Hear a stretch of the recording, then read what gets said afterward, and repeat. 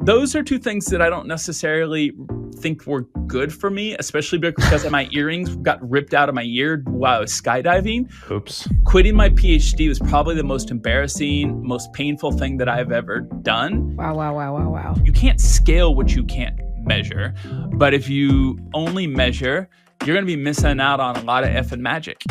Welcome to Talking Too Loud. I'm your host, Chris Savage, and this is the show that's serving up the loudest takes on building businesses, top-notch products, and unforgettable brands. Today's guest is Peter Murphy-Lewis. Peter is an award-winning storyteller. He's a former TV host, the founder of Strategic Pete, a company that helps CEOs grow through smart ROI-focused marketing. He's lived and worked across the globe, built successful travel brands in South America, and even launched a docuseries to elevate long-term care workers. Very interesting. From creative roots to data-driven marketing, Peter's journey is anything but linear. And today we're digging into how he helps businesses cut through the noise and scale with purpose. Where I am today is probably what has me talking too loud. I live in the middle of a zoo in Wichita, Kansas. The zoo is a kind of an all-inclusive wildlife resort park called Tanganyika. It's really, really boutique.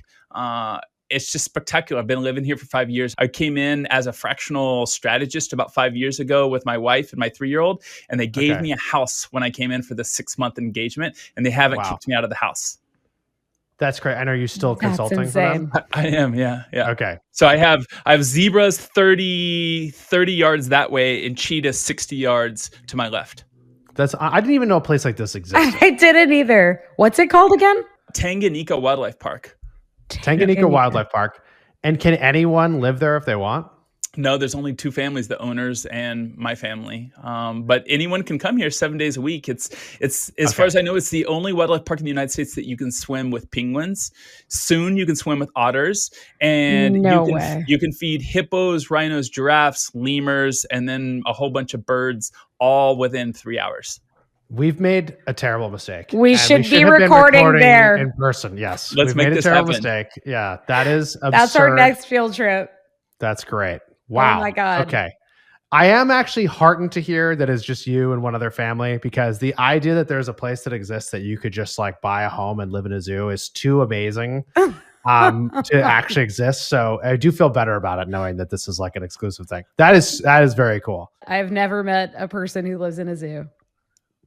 I think that's why it was. Isn't there a Matt Damon? That's why it became a movie, I think. I always tell people I'm the fat version of Matt Damon. I didn't buy the zoo, but I live inside the zoo. Oh my God. Wow. I mean, how often do you swim with the penguins? I don't swim with the penguins very often. It is sold out usually about 6 months in advance. It's the number one excursion here. People fly all over the country. About 70% of our clients come from outside the Midwest. So it's a destination. It's like a small discovery cove from Florida, but right in the middle of the U.S. That's wild. Wow. That's amazing. Incredible. I don't know if we can top that. Yeah, that was a more interesting answer than I would have ever expected. I think one thing that was interesting, just kind of learning about you and your experiences, you've done a lot of different things. You've been a TV host, fractional CMO. Turns out you live in a zoo, and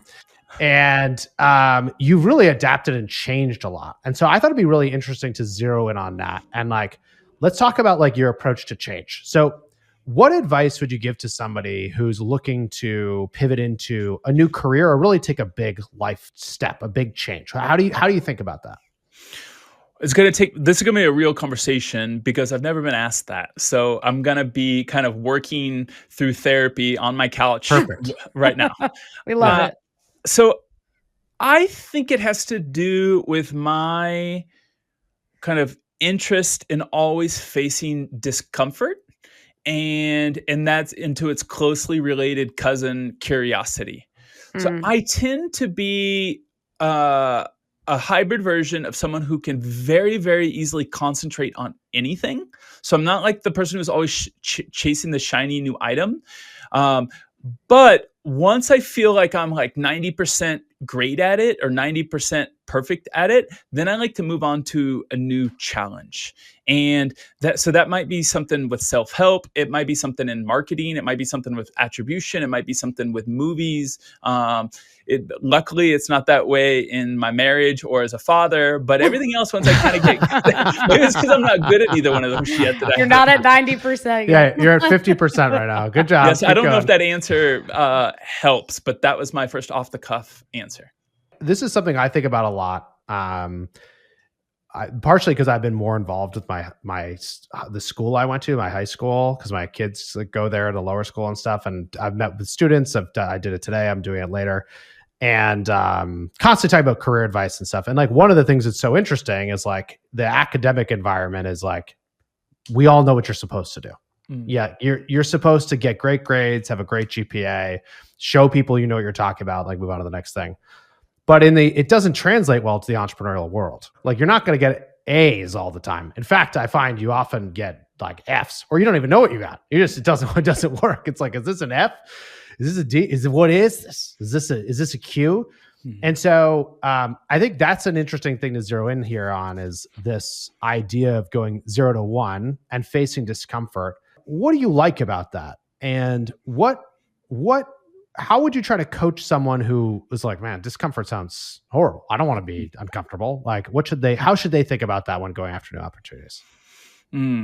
I like discomfort because it teaches me what I'm capable of doing. I think the simplest way to do it in like less than 30 minutes, like listen to the rest of this podcast, turn it off, and then go watch Tim Ferriss's TED Talk called Fear Setting. It's on YouTube. It's my favorite exercise because it'll get you to think through all of the things that you're afraid to do. And it can be, get married, or it could be leave the country for the first time in your life, or start a business. And it'll show you what are the costs of you not making a decision. That is the fastest 30 minutes for you to help you realize, oh, I should embrace this pain because it's good for me. Has there ever been a time that you like faced down that fear and you regretted it? Like it wasn't a good idea? Yes. Slow yes. Well, it's more trivial. So it's funny you asked that, because I'm preparing right now a keynote speech that I'm giving around the country at 7 different conventions this year. And it's actually about the 100 different jobs that I've had from my career in television. And most of the talk talks about my fears and the things and how I confronted them. So the trivial example is I've always been afraid of heights. I learned that being a boy from Kansas, I realized that I was afraid from heights when I went to New York City when I was 16. And because in Kansas, we don't have buildings taller than 4 stories high. So there was no opportunity for me to realize I had vertigo. But in my TV show, they had me clean a skyscraper in a one-man harness, and they threw me out of a airplane at the highest altitude that you can with a commercial a skydiver, 14,000 feet. So those are 2 things that I don't necessarily think were good for me, especially because I forgot to take out my piercings, and my earrings got ripped out of my ear while I was skydiving. But I don't necessarily regret it. I just wouldn't do it again. Didn't make my mom particularly proud of me. That's an important distinction. Yeah. Like there's like regret, and then there's like, we don't need to do it twice. Yeah. But you learned something. You learned you're afraid of heights. Yeah, I learned to, take out your earrings before you jump at 200 miles an hour. You learned that. This is wild. It's interesting to talk about facing your fear and discomfort, both personally and professionally. Do you feel like that also sort of let you career change more easily because you were already sort of like moving in that direction? Mm-hmm. I do. I think that the most painful career change that I made probably will help make sense of who I am today. And it goes back to so I studied my undergrad in Boston, studied my master's in South America, studied my PhD in South America, and I got sick, really, really sick, with a tumor in my colon a couple months before I started my dissertation. Oh my And God. the doctors thought I had intestinal tuberculosis, and they didn't know what to do with me. So they told me to go back to the US and figure out why I was sick. Well, I never figured out why I was sick, but what I did do is I did a detox and everything in my life. So, no alcohol, no milk, no wheat, no everything that, that could potentially be causing me to have this tumor. And in that realization, I realized I didn't want to be an academic. Now, you can guess how many hours and how many years I'd spent in my life preparing myself to finish my PhD. And I was a full-time professor. Quitting my PhD was probably the most embarrassing, most painful thing that I've ever done. And that happened when I was 30 years old. Every other career decision after that has been pretty easy. After you tell your mom and your girlfriend and everyone that admires you in your life that you're a quitter, right when you're about to have success. Wow. And when you made that decision, first of all, I'm sorry that you had to go through the tumor piece. That's horrific. And obviously you're here, so it seems like you beat it.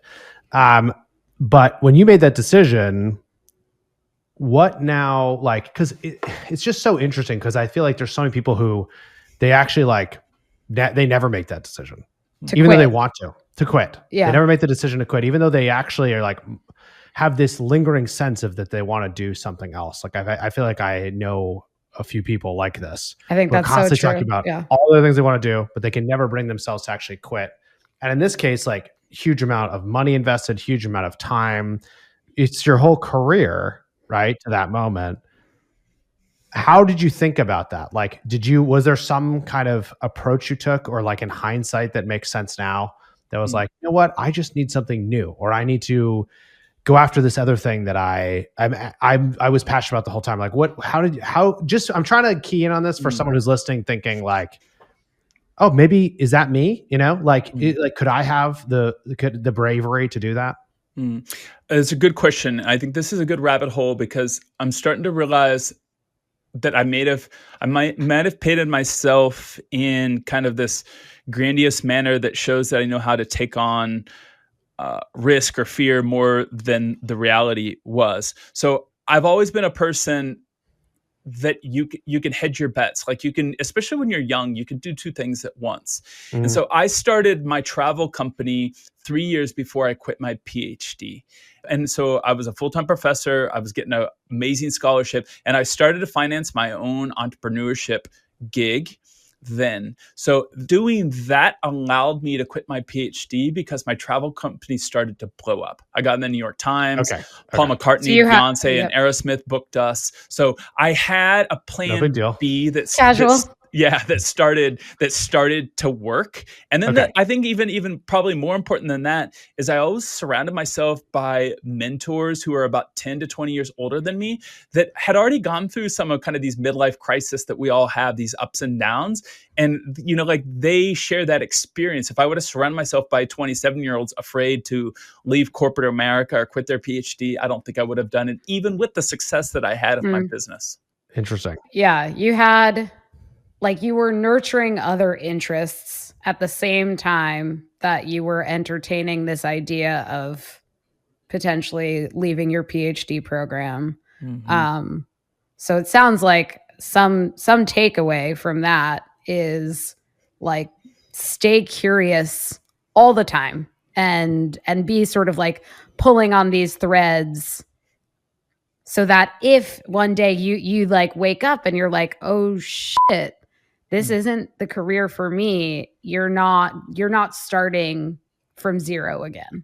Yeah. And I would put on top of that, I kind of like simple fixes that will, if someone's hearing this and they don't know how to take action upon it, similar to the fear setting from Tim Ferriss, go read the book Lessons from the Dead and Dying.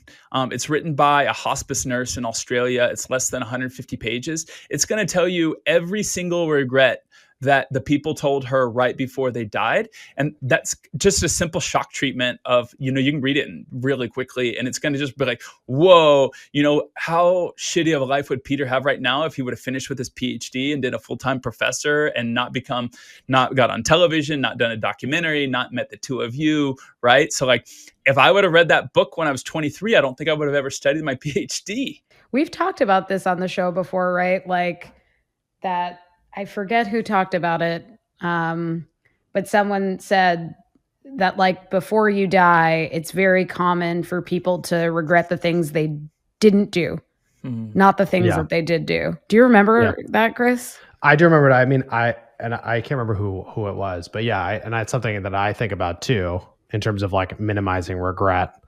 I think about it a lot from the framework as like, we almost never regret betting on ourselves, because if we bet on ourselves and it doesn't work out, at least we tried. And so you don't then look at it and be like, well, if only I had tried or taken that opportunity or whatever. Like if you bet on yourself, usually you are taking those opportunities and trying those things. And if it works, you get an amazing benefit. And actually, in terms of hedging things, if it doesn't work, you usually learn a lot more. And so that also can help you really rapidly. And yeah, it makes sense. Like, the things that people regret when they're close to death, I think is often like it's time with friends and family. And it's like those things that they didn't do, not the things that they did. Mm. So the travel company, so you decide to start that. What is it? I mean, I know this was not on my research, but what was this thing? Well, I just sold it. So it's my first big exit. I sold it 2 months ago. The travel company is kind of how I got my marketing chops and my entrepreneurship experience. When I was 27, I wanted to get a second job outside of the university, and nobody would hire me because I looked too much like an academic. So I said, where do I have an unfair advantage in South America? And it's going to be, you guys are going to understand it right away. It was obviously English, and it was customer service. Americans have amazing customer service. And back in 2007, Latin Americans had a horrible customer service outside of some of the amazing resorts you can find in Mexico. In general, it's going to take you 30 minutes to get a coffee in South America 20 years ago. In the US, you could get it in 1 minute. So I put those two together and created a travel company, and that grew pretty quickly. We built out a couple of different brands from it. We were killing on TripAdvisor, SEO, and ads, and it just blew up. And that's where I kind of got all of my experience. Now, I would never do it again. I wouldn't do travel industry, because in order for you to make money, you have to hire more and more people, and you work 7 days a week, kind of like a bar. But I don't regret what I did then. So you really just saw this basic, simple opportunity, went for it, and then it worked. That de-risked you. So you had the freedom to actually decide if you want to go after it. And then when you could go after it, you did. And then obviously that led into many other opportunities. Yeah. I mean, you all would know that when you do something on your own, even if you fail at it, right? Like if you fail on Substack, you're still going to pick up so many skills. And that entrepreneurship experience kind of helped me, get on television. It helped me sell my first documentary, helped me now work as a fractional CMO. Amazing. All right, let's talk about Strategic Pete. So you founded Strategic Pete, not Strategic Peter. Why? Why is it Pete, not Peter?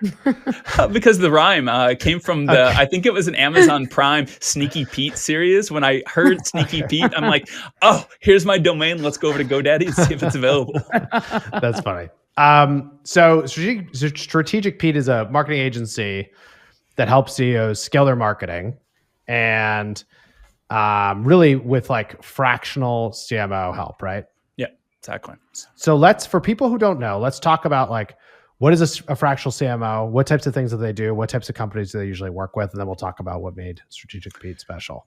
Yeah, fractional CMO is a part-time executive who leads your marketing strategy instead of someone full-time. So you get 100% the experience at a fraction of the cost. It's different from a consultant, because there's execution and you're in the game. Like there's KPIs for you. There's setup. You're going to meetings. You're in charge. It's different than an agency because it's not project focused. It's different than a mid-marketer because you're overseeing strategy. It's a newish concept. I'm sure you guys have heard about it for the last 2 or 3 years, but I would find that 9 out of 10 CEOs that I talk to haven't heard of it. They just think it's outsourced freelancer.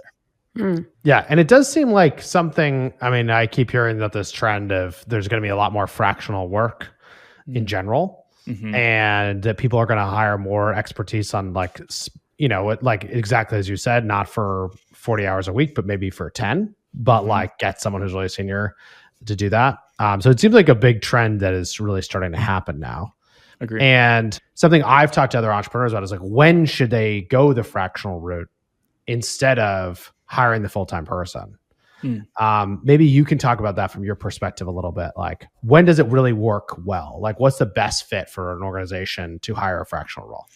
If you can afford a full-time CMO, go full-time CMO, right? But if you don't have that budget, in Kansas, a full-time CMO is going to be 200 to 300. In New York, it's going to be 300 to 500, depending on your niche. So if you don't have that budget and you need to allocate that to your sales position or some other go-to-market strategy, then a fractional is a great way for you to test somebody who can oversee strategy before you undercommit and you go with a marketing director who can't oversee strategy and hires a bunch of agencies. It's just a great way for you to figure it out. And the good thing about it is fractionals, they are very comfortable with a 3 to 9 month engagement. So it's not going to be awkward when you have to fire them or disengage. That's part of the agreement. It's way different. It's like a dating app today, different than it was when I first started dating. The understanding of what's going to happen is much less uncomfortable.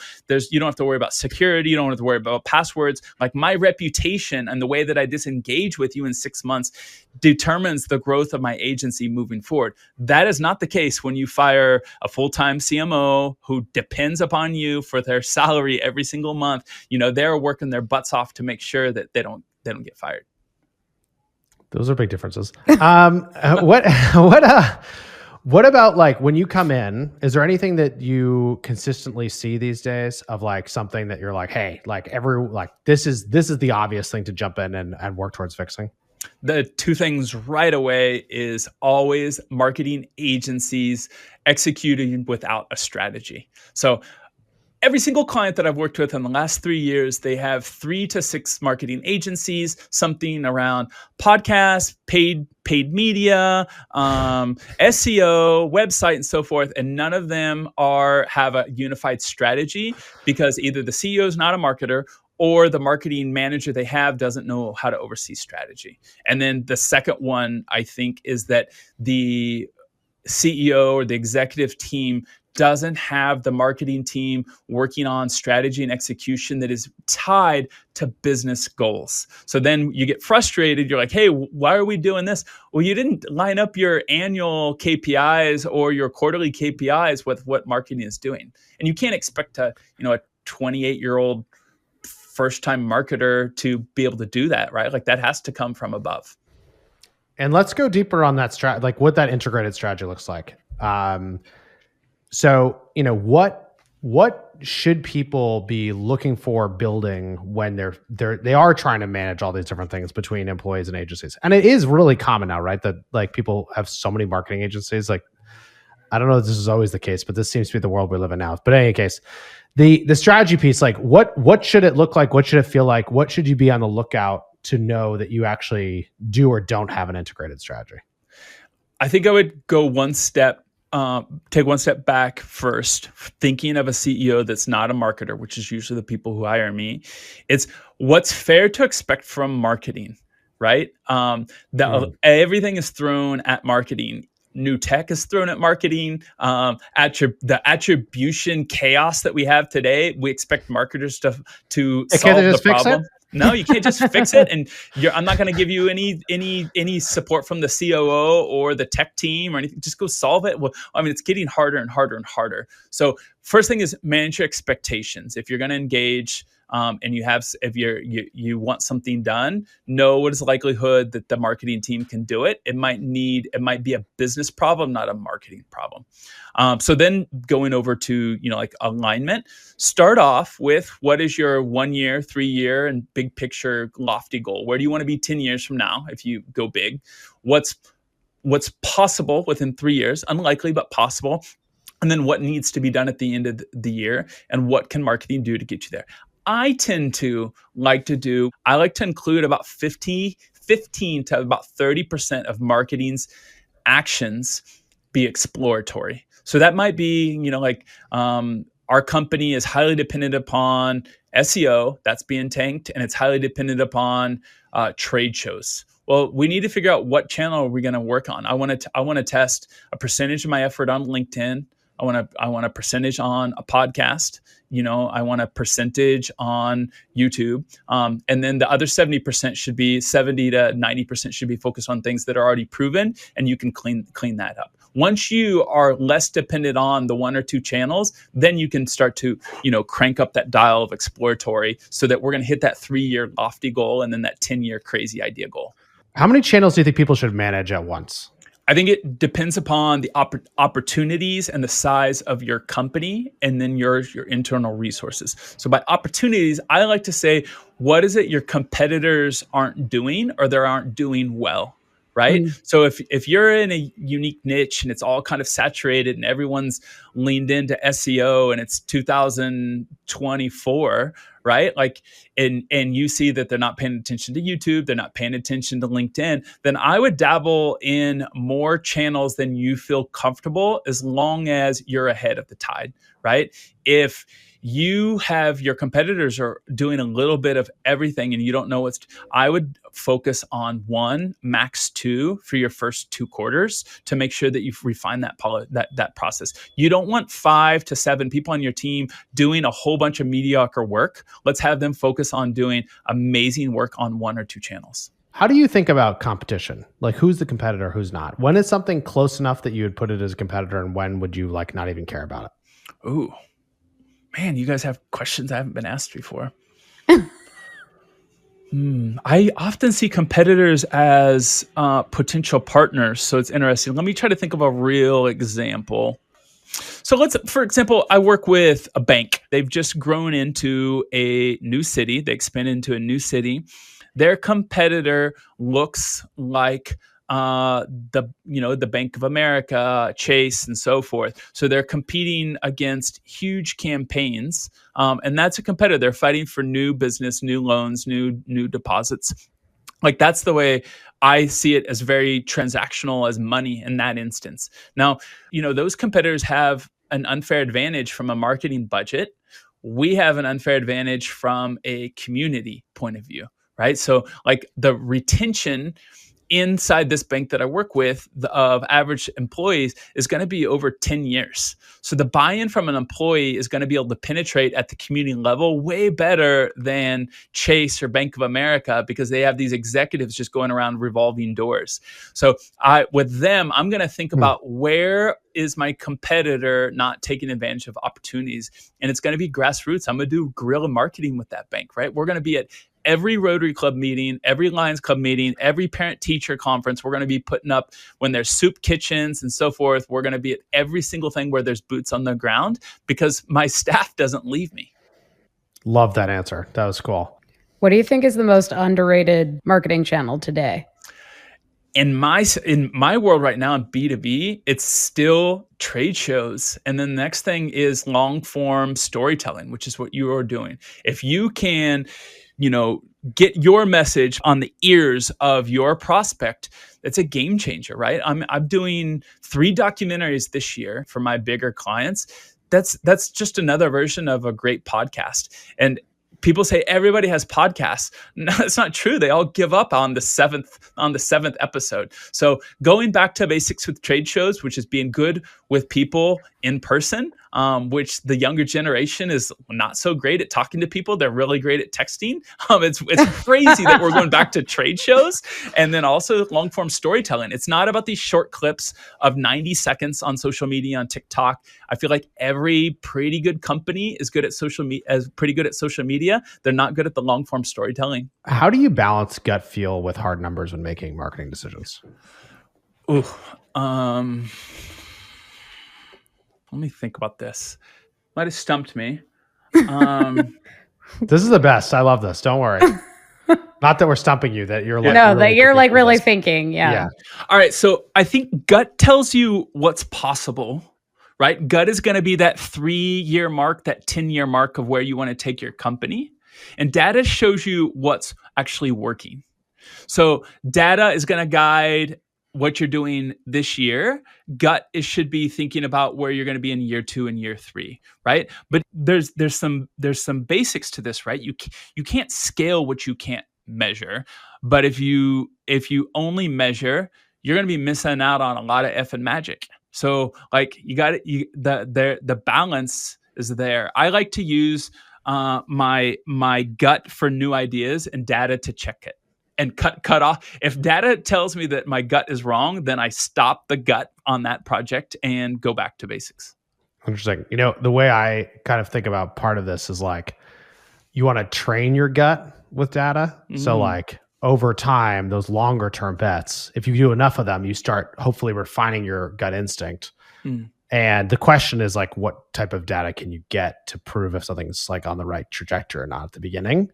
And, but yeah, it's like it is a hard question. That's why I asked it. That's the fun. Like kind of at the beginning, I don't know who said this, so I apologize to the brilliant marketer out there who said it's probably Seth Godin or something, but like at the beginning, you have to do unscalable things. And that might mean that I'm talking to every new lead who comes in or listen to every sales call and determine, is it my LinkedIn? Is it my trade show? Is it my new messaging? Did they say anything close to my new messaging that I'm spending, $20,000 on and paid? That might not come through in my HubSpot form. It might not come through in my attribution because they heard about me on Slack, but is there something coming through? And that unscalability should at some point confirm your gut, and at some point data will come through to confirm that you're on the right path. How often do you think that people should be embracing those unscalable moments? Because it seems sort of like the further up you go, the easier it is to forget that those moments exist,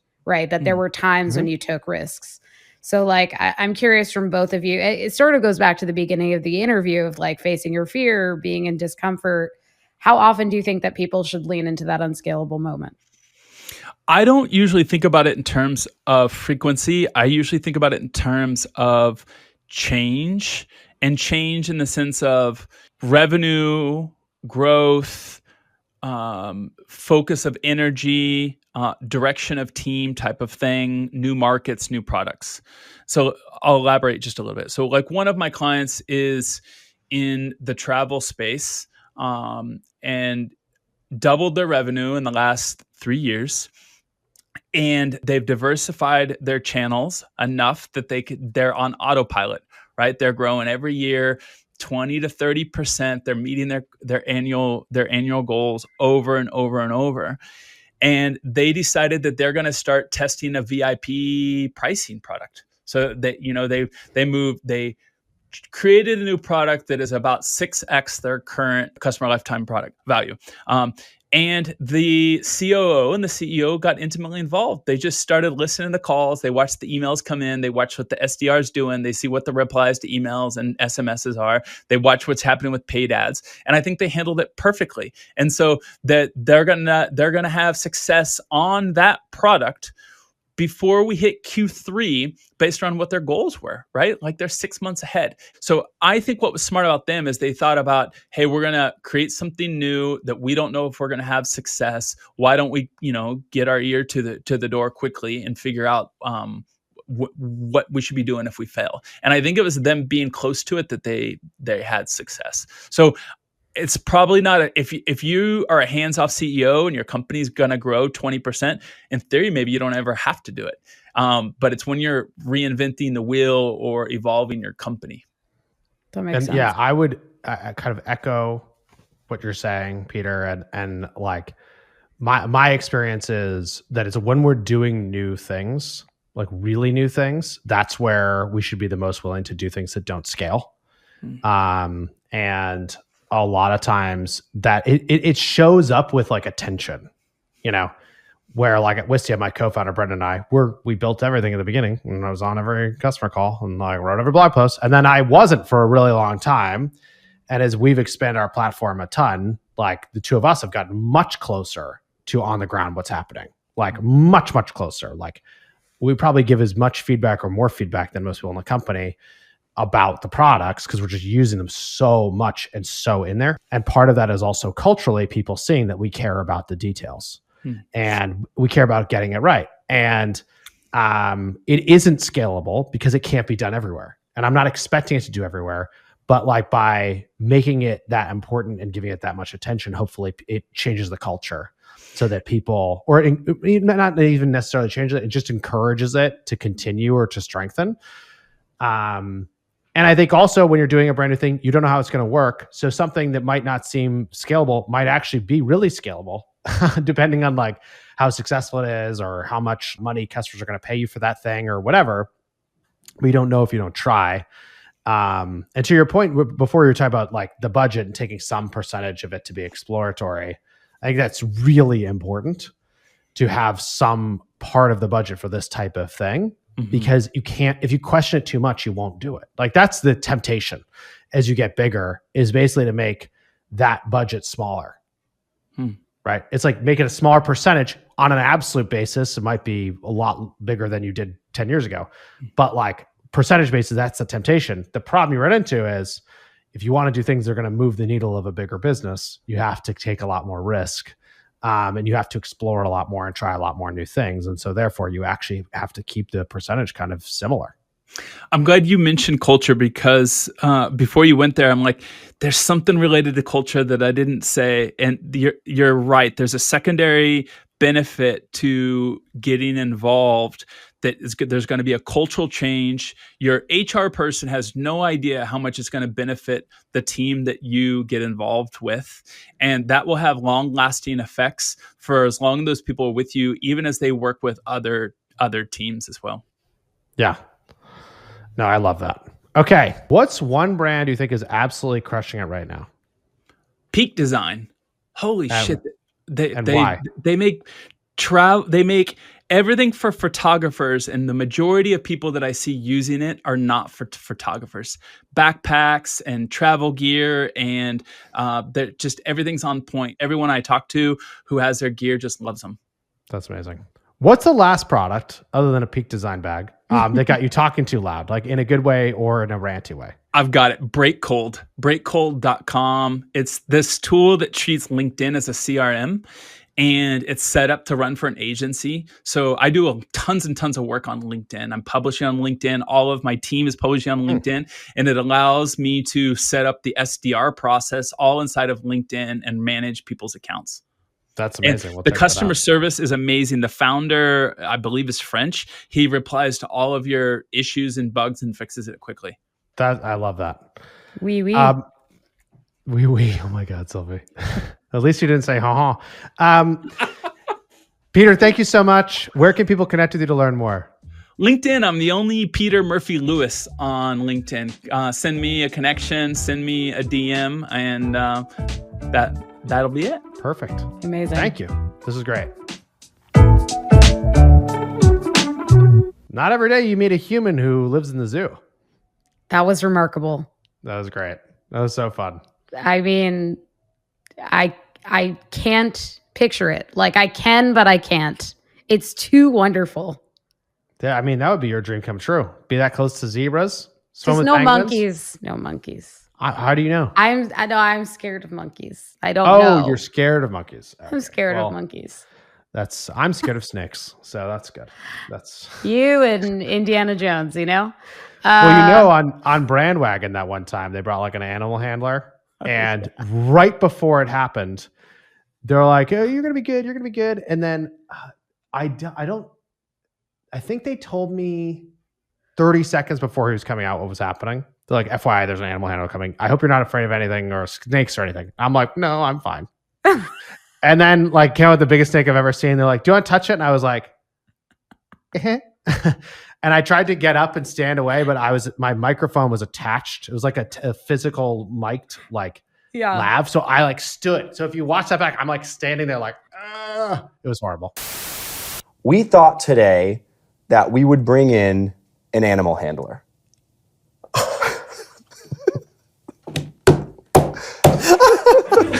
A face striker. Yeah, the camera can pick up. So this one's in a shed. Also, do you want the other end? You know what? I'm good. I'm good on this one. Here we go. This.